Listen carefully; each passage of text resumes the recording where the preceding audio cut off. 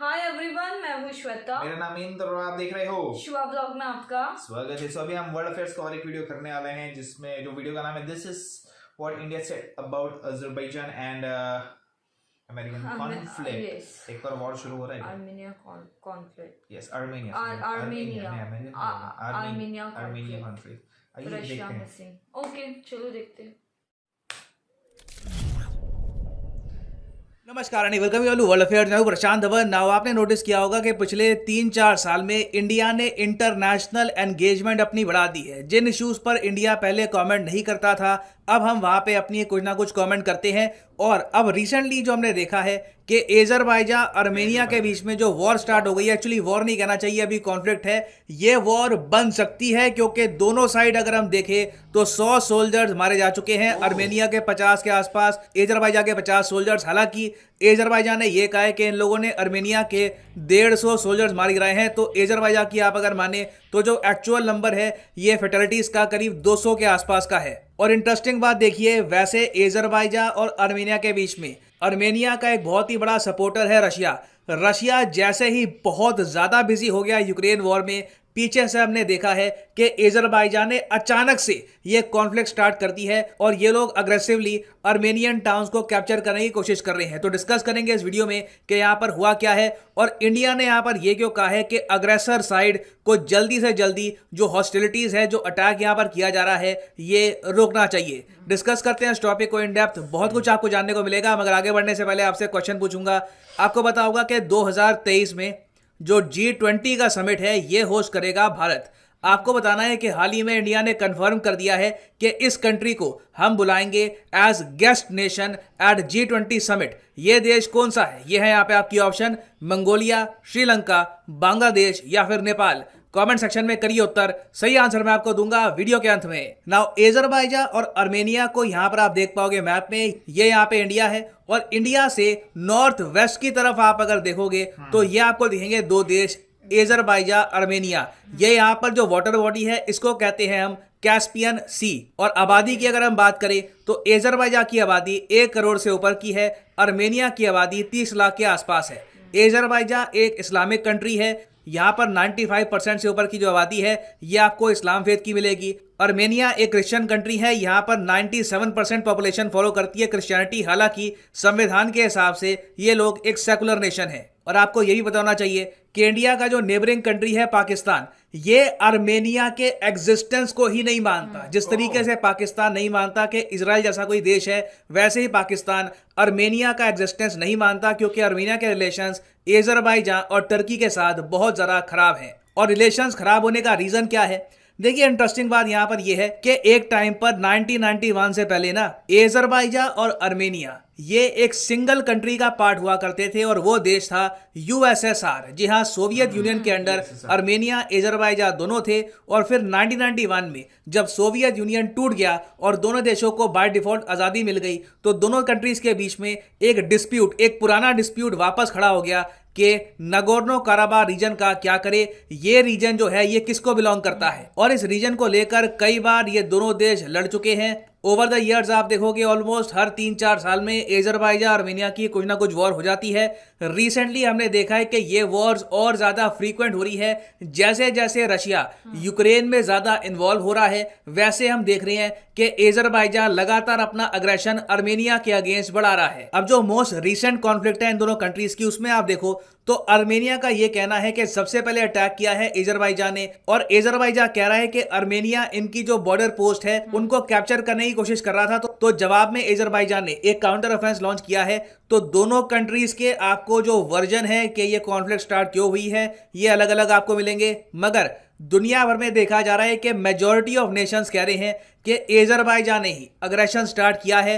France के president Emmanuel Macron ने सीधा अजरबैजान को बोला कि जल्दी से आप सीज फायर इंप्लीमेंट करिए आर्मेनिया के साथ, हम ये नहीं चाहते कि फिर से एक वॉर स्टार्ट हो जाए जैसे कुछ साल पहले हुई थी। इंडिया की स्टेटमेंट आप अगर देखो तो हमने डायरेक्टली अजरबैजान का नाम लिया नहीं है, क्योंकि देखो मैं आपको एक बात बताता हूँ, हमारे रिलेशंस आर्मेनिया के साथ अच्छे हैं। आर्मेनिया को हम डिफेंस आइटम्स बहुत कम, बहुत लिमिटेड क्वांटिटी में डिफेंस आइटम्स एक्सपोर्ट करते हैं।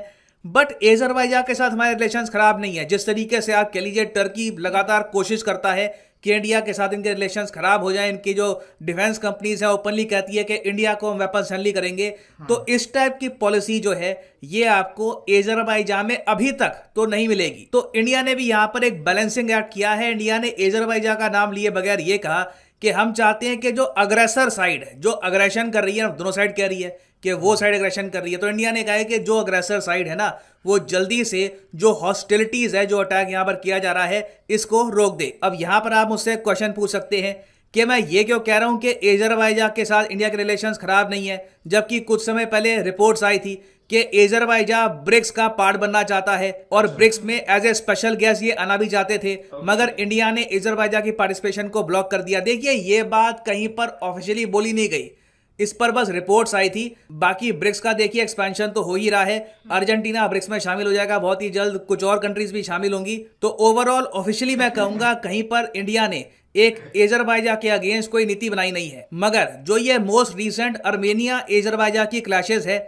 ये क्लियरली एक टेस्ट है रशिया का। आप देखोगे Wall Street Journal, New York Times, हर जगह ना आर्मेनिया अजरबैजान की जो कॉन्फ्लिक्ट है इसको सीधा जोड़ के देखा जा रहा है रशिया से, क्योंकि रशिया ने सिक्योरिटी गारंटी दे रखी है आर्मेनिया को कि आप पे अटैक मतलब कि हम पे अटैक। और वॉल स्ट्रीट जर्नल यहां पर यह कह रहा है कि आर्मेनिया अजरबैजान की जो क्लैशेज है ना ये टेस्ट कर रही है रशिया का support for regional ally. Ally होता है मित्र मुल्क, और रशिया का मित्र मुल्क इस कॉन्फ्लिक्ट में कौन है? आर्मेनिया। तो अजरबैजान को पता है कि रशिया बिजी है। अब बिजी वर्ड तो खैर मैं कहूंगा छोटा लगता है, रशिया ऑलमोस्ट फंसी गया यूक्रेन में, और सिंस रशियन फोर्सेस डिस्ट्रैक्टेड हैं, अगर मान लीजिए कल को अजरबैजान बड़ा अटैक करता है आर्मेनिया को, रशियन फोर्सेस अचानक से आर्मेनिया के डिफेंस में नहीं आ पाएंगी, तो इसलिए लगातार अजरबैजान अग्रेशन दिखा रहा है आर्मेनिया के अगेंस्ट। अब यहां पर आप कहोगे वेट, रशिया ने कौन सी सिक्योरिटी गारंटी दे रखी है आर्मेनिया को?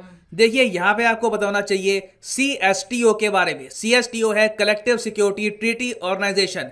यहां पे आपको 6 मेंबर कंट्रीज मिलेंगे, Armenia, Belarus, Kazakhstan, Kyrgyzstan, Russia, Tajikistan. ये आप कह लीजिए रशिया का छोटा सा नेटो जैसा पैक्ट है, जिसके अंडर रशिया ने कहा है कि इन सब कंट्रीज पे अटैक होता है तो रशिया मानेगा कि उस पर अटैक किया गया है। हालांकि जो एक्चुअल लैंग्वेज है ट्रीटी की वो ये है कि एक पे अटैक मतलब कि सब पे अटैक, मगर आप इमेजिन कर सकते हैं कि कल को आर्मेनिया पे अटैक होता है तो बाकी कंट्रीज से कुछ हेल्प आने नहीं वाली, सिर्फ रशिया ही आर्मेनिया को बचा पाएगा। और इवन नाउ आप देखो तो रशिया के प्रेसिडेंट व्लादिमीर पुतिन ये अटेंड कर रहे हैं CSTO का सेशन मॉस्को में, इमरजेंसी मीटिंग्स हो रही हैं, बातचीत की जा रही है कि कैसे ये प्रॉब्लम हम सॉल्व करें, how do we go pass this. क्योंकि एक तरफ रशिया ने एक बड़ी अजीब सी स्टेटमेंट दी थी कुछ महीनों पहले कि जी यूक्रेन में ना हमने तो अभी कुछ शुरू ही नहीं किया। आप ये तो एज्यूम ही मत करो कि कुछ हमने जमीन खो दी, कुछ एक्वायर कर ली, अभी तो हमने यूक्रेन में कुछ स्टार्ट ही नहीं किया। रशिया की असली मिलिट्री पावर जो है ये आपने देखी नहीं। ठीक है, अगर ऐसा है तो मेरे हिसाब से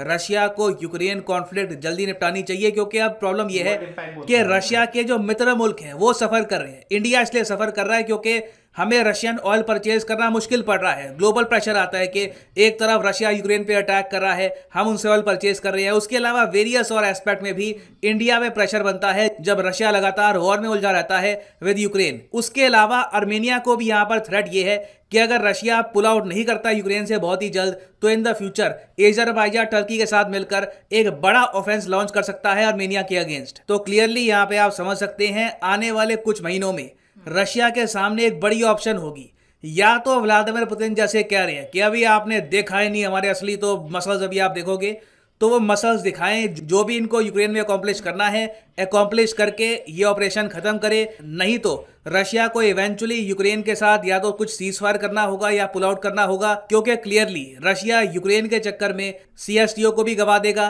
और इनके जो बहुत सारे मित्र मुल्क कंट्रीज हैं वो भी रशिया पे डिपेंड करना छोड़ देंगे एज ए सिक्योरिटी प्रोवाइडर। ना वापस आते हैं अपने क्वेश्चन की तरफ कि इंडिया इनवाइट करेगा किस कंट्री को as guest nation at G20 summit 2023। तो सही उत्तर यहाँ पे है option C, the country of Bangladesh. यहाँ पर आप देख पाओगे India to invite Bangladesh as guest country during G20 presidency. Finally यहाँ पर मैं ऐड कर दूं कि 16 सितंबर को अनअकैडमी की 20% सेल खत्म हो जाएगी। ये सेल अभी ये एक और वॉर होने का चांसेस है, क्योंकि ऑलरेडी वो रीजन में एक वॉर चल रहा है रशिया और यूक्रेन का। अरे वो देख के भी कैसा लगता है हाँ यार, अभी मतलब है, अभी जैसे अपने कॉन्फ्लिक्ट्स है अपने नेबर्स के, जैसे उनके भी वही सीन उनके है। भी वही सीन है बट ये एक और वॉर का इम्पैक्ट इंडिया पे क्या होगा, इंडिया को इन्वॉल्व, क्योंकि अगेन लाइक जैसे अर्मेनिया को रशिया का सपोर्ट है, लेकिन रशिया खुद बिजी है ऑफ कोर्स। कैसे होगा मतलब I really don't know like कैसे जाएगा। अभी इतने वॉर्स होते रहेंगे तो पता नहीं क्या वर्ल्ड वॉर 3 हो जाएगा क्या। नहीं यार वही ऐसा तो। कुछ नहीं होना चाहिए, क्योंकि जैसे उन्होंने भी कहा ना कि 50 लोग इधर से भी 100 तो गए, बट लेकिन हर एक कोई ब्लेम गेम कर रहा है कि इन्होंने शुरू किया, उन्होंने शुरू किया, तो वो तो है, तो हर जगह स्टोरी वही, जहाँ पे बॉर्डरिंग नेशंस आते हैं वहाँ पे यही प्रॉब्लम आती है या तो ये या तो ये। बट अभी देखते हैं रशिया कैसे मैनेज कर पाएगा, क्योंकि रशिया ऑलरेडी यूक्रेन में बिजी है, रशिया ने प्रॉमिस किया है ऑफ कोर्स इनको सपोर्ट देने का, बट इंस्टेंट सपोर्ट देना थोड़ा मुश्किल है। अभी जैसे इंडिया भी बोलते ना, अभी इंडिया भी वो कमेंडिंग पावर में आ गई है ऑफ कोर्स, कि हम भी मतलब डायरेक्टली तो नहीं बट बोल रहे हैं कि जो भी एग्रेसिव साइड है बंद हो जाओ, ये वो ऐसा ऐसा। सो सबका भी फर्क पड़ता है ऑफ कोर्स। सब देखते हैं इंडिया और वर्ल्ड में क्या रोल निभाएगा ऑफ कोर्स। तो चलो देखते हैं, और तब तक के लिए वीडियो को like, subscribe, share, comment, click on the bell icon. Bye.